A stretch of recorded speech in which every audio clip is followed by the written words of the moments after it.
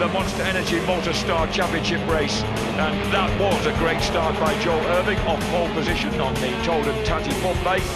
But straight away, that bright yellow and blue machine, WD-40's number 40, Joe Irving gets in the mix and produces this colossal third to first place move, getting past Irving and Weaving in one hit.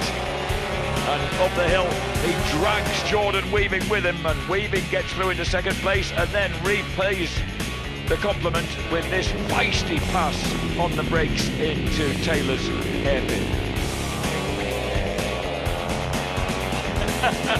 Get your bum up there, why don't you, on the way up the hill. And they're trying to get the drive up the hill on the WD-40 Honda. He does get alongside, retakes the lead, Joe Francis.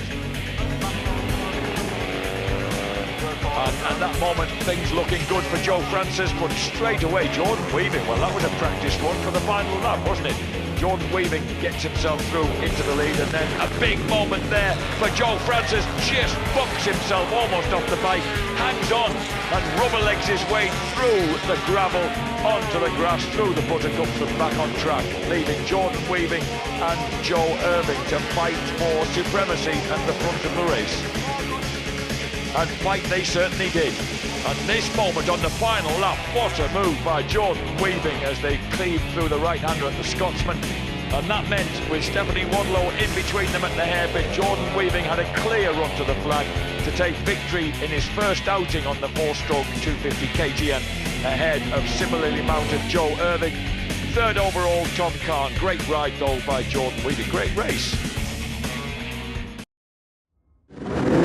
Superstock 1000cc Championship, Knockhill, and a great start for the man on pole position on the Ducati Panigale. Tristan Palmer leaped to the front ahead of Swede Philip Backlund on his Kawasaki, with the third place man Adam Jenkinson, championship leader, launching an early assault and moving through on the SMT Kawasaki into second place. Then Joe Burns, number 53, makes his move on the blue and white Kawasaki, loses the front momentarily, but does enough to dig deep in the hairpin and move through into third place, and then immediately repeats the move on Adam Jenkinson to snatch second. So it's Geordie Joe now tackling the leader, Tristan Palmer, who has a huge moment as he comes out of the Arnold Clark chicane, manages to hang on to it before he hits the Clark curve, and then heads for victory when this man, Sam West, drops his bike at the hairpin, and the marshals can't retrieve the motorcycle. That means the red flag goes out, and Tristan Palmer takes victory ahead of Geordie Joe Burns, with Hudson Kenner nabbing third place from championship leader Adam Jenkinson. Great result then, first time out for Tris Palmer on the Ducati.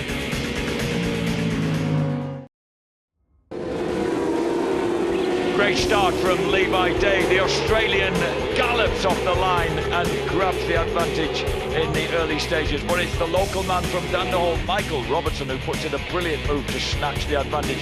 And then into the hairpin on the first lap, Joe Collier, second in the championship, absolutely steamrolls his way into the unlucky Callan Cooper, and the Manxman is out, so too the Haribo Starmix bike as they come back up the hill. And it's Robertson, Levi Day and number 17 Matt Paolo, three abreast over the top of the hill, and Matt Paolo makes a big move, but so too does Robertson. Look at that move, as we have someone else already off track in the background. Robertson has somehow cut them in two and gone round the outside, and he keeps on going round the outside until it becomes the inside, and then he grabs the lead.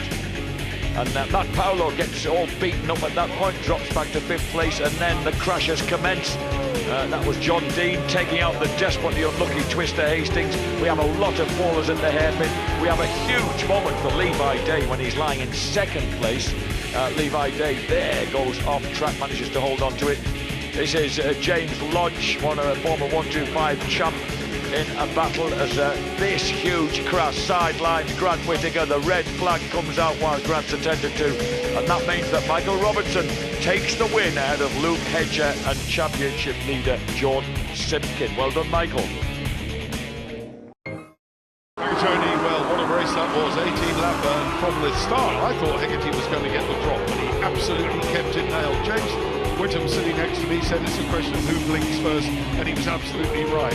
Hegarty blinked and Reeves was through. Further down the order, though, a terrific battle ensued between the current reigning champion Roger Lovelock with a stand-in passenger. They're just doing the most amazing job. John Clark and Tony Belsey, number 90, they fought well. Andy Peach pushed his way by and got up into third place, and then there was a battle for third.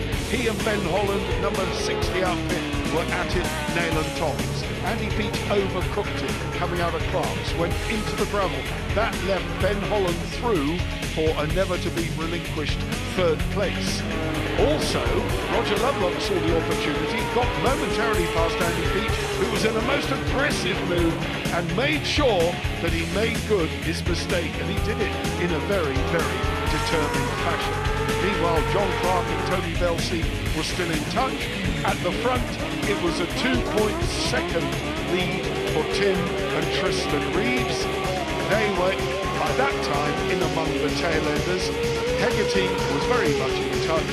Reeves took the win, and this happened at the hairpin. A massive coming together between John Clark and Barry James. Everybody okay.